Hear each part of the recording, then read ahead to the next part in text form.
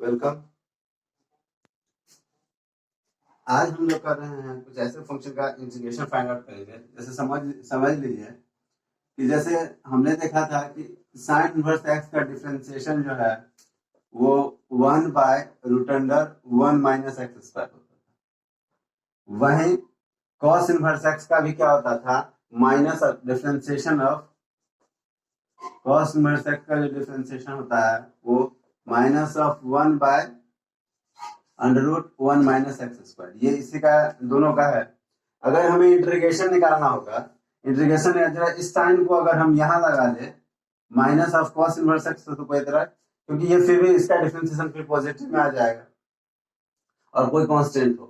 तो इसी तरह से अगर हमें दोनों एक सेम फॉर्मेट हो गया और इस integration is the reverse process of differentiation, reverse process of differentiation, तो integration of 1 by under root 1 minus x square चाहिए, 1 by under root 1 minus x square चाहिए। तो ये दोनों तो सेम ही है, तो ये जो है इसका इंटीग्रेशन आ जाएगा dx के रिस्पेक्ट में। वो या तो आ सकता है, देखिए दोनों का सेम फॉर्मेट है, तो हो सकता है वो साइन इनवर्स एक्स हो, साइन इनवर्स एक्स कोई कांस्टेंट अगर रहेगा तो जानते हैं कांस्टेंट ऐड करते हैं, तो साइन इनवर्स एक्स और प्लस सी, या हो सकता है इसी का सेम इसी का डिफरेंशिएशन इंटीग्रेशन हम क्या लिखते हैं, minus of cos inverse x, minus of cos inverse x और प्लस सी। ये दोनों पॉसिबल है। Integration of 1 by root under 1 minus x square dx को हम लिख सकते हैं sin inverse x plus C या फिर minus of cos inverse x plus C. ये चीजें हो सकती है। उसी तरह से सब ट्रिग्नोमेट्रिकल फंक्शन में ऐसा ही होता है। जैसे tan इनवर्स और cot के बीच में रिलेशन है। tan इनवर्स x का differentiation of tan inverse x होता था 1 बाय 1 प्लस एक्स स्क्वायर, और इसी का माइनस में होता था cot इनवर्स x का differentiation of cot inverse x upon dx is equal to minus of 1 by 1 plus x square. ये निगेटिव और यहाँ पे हम एक निगेटिव लगाया तो ये पॉजिटिव हो जाएगा। Minus of cot inverse x का डिफरेंशिएशन हो जाएगा 1 बाय 1 प्लस एक्स स्क्वायर। तो अगर इंटीग्रेशन फाइंड आउट करना है, अगर integration of 1 by 1 plus x square चाहिए, तो हम क्या लिख सकते हैं, इसको लिख सकते हैं dx के रिस्पेक्ट में tan इनवर्स x और प्लस सी, या इसी को लिख सकते हैं minus of cot inverse x और प्लस ऑफ c। ये हो सकता है इस दोनों फंक्शन का इंटीग्रेशन। दो फॉर्मूले हम यहाँ पे भी आ चुका है हमें, first and the second one, दो फॉर्मूले। इसी तरह से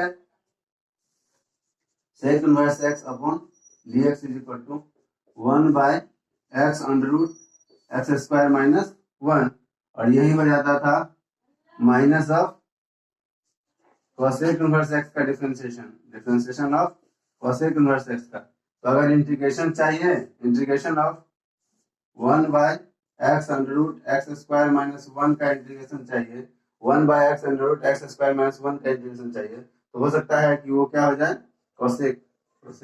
तो sec इनवर्स x हो सकता है कि sec inverse x plus c हो, या फिर minus of cosec inverse x और प्लस ऑफ c। इस तरह से सब फंक्शन का इंटीग्रेशन हम लोग फाइंड आउट कर सकते हैं। अब हम कंपेयर करेंगे, comparison between differentiation and integration. दोनों के बीच में कंपेयर करते हैं, समझते हैं दोनों के बीच में क्या डिफरेंस या फिर सिमिलरिटी है। तो पहला जो दोनों के बीच में कंपेयर है वो both differentiation and integration are linear operator on function.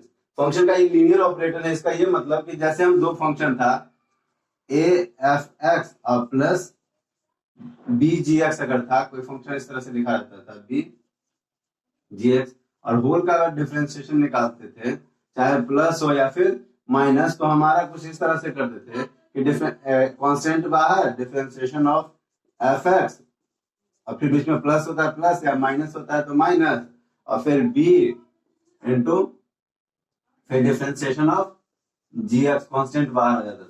Similarly इसी तरह से अगर इंटीग्रेशन भी दो फंक्शन का फाइंड आउट करना होगा, integration of a f x plus b g x का अगर इंटीग्रेशन फाइंड आउट करना विद रिस्पेक्ट टू एक्स, तो क्या करेंगे, इसका भी ऐसे कर सकते हैं, a constant by integration of f x integration of f x with respect to d x, plus है तो प्लस या फिर माइनस है तो माइनस लिख सकते हैं, और फिर बी कांस्टेंट है बाहर integration of g x d x. इस तरह से हो सकता है जैसे डिफरेंशिएशन में करते थे वैसे ही इंटीग्रेशन में इस तरह से हम कर सकते हैं। आइए सेकंड कंपेयर करते हैं। जिस तरह से सब फंक्शन डिफरेंशिएबल नहीं होता उसी तरह से सारे फंक्शन को हम इंटीग्रेट भी नहीं कर सकते। जैसे समझ लीजिए एग्जाम्पल, अगर f x is equal to 1 by x minus 1 है तो at x is equal to 1 पे ये फंक्शन क्या है, डिफरेंशिएबल नहीं है।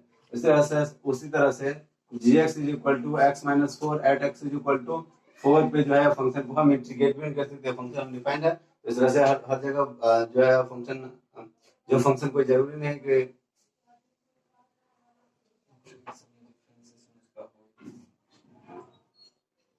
इस तरह से हम समझ जाते हैं कि सब फंक्शन डिफरेंशिएबल नहीं होता है, उससे सारे फंक्शन को इंटीग्रेबल भी होता है, उसको इंटीग्रेट नहीं कर सकते। किसी फंक्शन का जो इंटीग्रेशन होता है वो integral of a function always discuss on an interval. Integration जो है हम किसी खास इंटरवल के लिए निकालते हैं, कहां से कहां तक हम कैलकुलेट कर सकते हैं, किसी इंटरवल के लिए निकलता है। लेकिन जो डिफरेंशिएशन होता है वो differentiation but the derivative of function can be discuss in interval as well as on a point. हम जानते हैं, आप पहले भी निकाले, किसी खास पॉइंट पे किसी फंक्शन का डेरिवेटिव भी हम फाइंड आउट कर लेते हैं और होल इंटरवल में किसी फंक्शन का डेरिवेटिव भी फाइंड आउट कर लेते हैं। यानी derivative of function can be discuss on the point, और हो सकता है कि वो किसी इंटरवल में भी हम डिस्कस कर सकते हैं, पर इंटीग्रेशन के साथ ऐसा नहीं है। आइए नेक्स्ट कंपैरिजन समझते हैं। आप समझते हैं ज्योमेट्रिकली जो है, अगर डेरिवेटिव ऑफ ए फंक्शन, किसी फंक्शन का जो डेरिवेटिव है वो किस चीज को रिप्रेजेंट कर, represent the slope of tangent to the graph of the function at the point. किसी खास पॉइंट पे जो है, जैसे कोई कर्व है तो कर्व का ये जो कर्व है, कर्व के किसी खास पॉइंट पे टेंजेंट को रिप्रेजेंट करता है। यही dy बाई dx अगर किसी खास पॉइंट पे अगर निकाले तो ये स्लोप ऑफ टेंजेंट का स्लोप जो है, यहाँ पे जो है किसी खास पॉइंट पे डेरिवेटिव स्लोप को रिप्रेजेंट करता है डिफरेंसेस। वही जो इंटीग्रेशन अगर किसी फंक्शन को अगर ज्योमेट्रिकली समझने की कोशिश करें, यानी यही जो है ज्योमेट्रिकल मीनिंग ऑफ इंटीग्रेशन भी आप समझिएगा। दोनों काम हम एक साथ करते हैं, कंपेयर भी करेंगे। तो समझिए क्या है एक्चुअली जो है, integral of a function represent the infinite family of curves. ये इंटीग्रेशन किसी चीज को क्या किसको रिप्रेजेंट करता है, इनफाइनाइट फैमिली ऑफ कर्व्स को रिप्रेजेंट करता है। Place parallel to each other, जो एक दूसरे का पैरेलल में लगा हो, having parallel tangent at the point of integration. उस इंटीग्रेशन का पॉइंट है जो इंटरवल है उस पर इसका टेंजेंट पैरेलल है of the curve with line parallel to y axis. इस बात को अगर हम आपको समझाते हैं, ऐसे समझिए कि जैसे सपोज करिए कि हमारा कोई फंक्शन है y इक्वल एफ एक्स दे रखा है 1 by 2 root x, integration of 1 by 2 root x. तो 1 बाई 2 रूट एक्स का इंटीग्रेशन हो जाएगा रूट एक्स प्लस सी आ जाएगा। अगर इस फंक्शन का अगर हम देखें, इस फंक्शन के ग्राफ सबको देखें, इस फंक्शन के ग्राफ सपोज करिए यहाँ पे, तो ये एक पैरेलल लाइन जो हम y एक्सिस का पैरेलल ड्रॉ करें, और यहाँ पे इसका टेंजेंट देखिए, ये टेंजेंट पैरेलल है। फिर दूसरा कर्व यहाँ होगा, यहाँ भी टेंजेंट अगर ड्रॉ करें दूसरे से पैरेलल होगा। ये तीसरा आ जाएगा।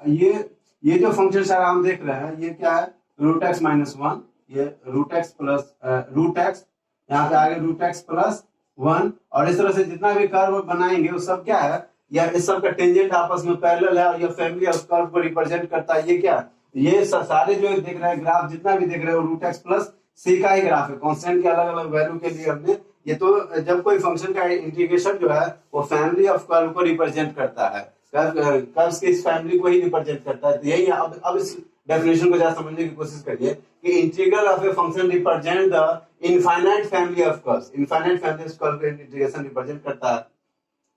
Place parallel to each other, जो एक दूसरे के पैरेलल में रखा गया। Having parallel tangent at the point of integration, जो पॉइंट ऑफ इंटीग्रेशन इसका टेंजेंट क्या है, सब पैरेलल है। पॉइंट ऑफ द कर्व किस पे, point of integration of the curve with a line parallel to y axis.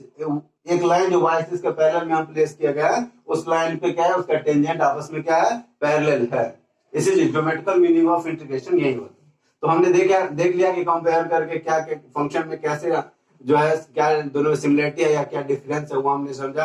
अब बाकी चीजें नेक्स्ट क्लास में करेंगे। Thanks for watching.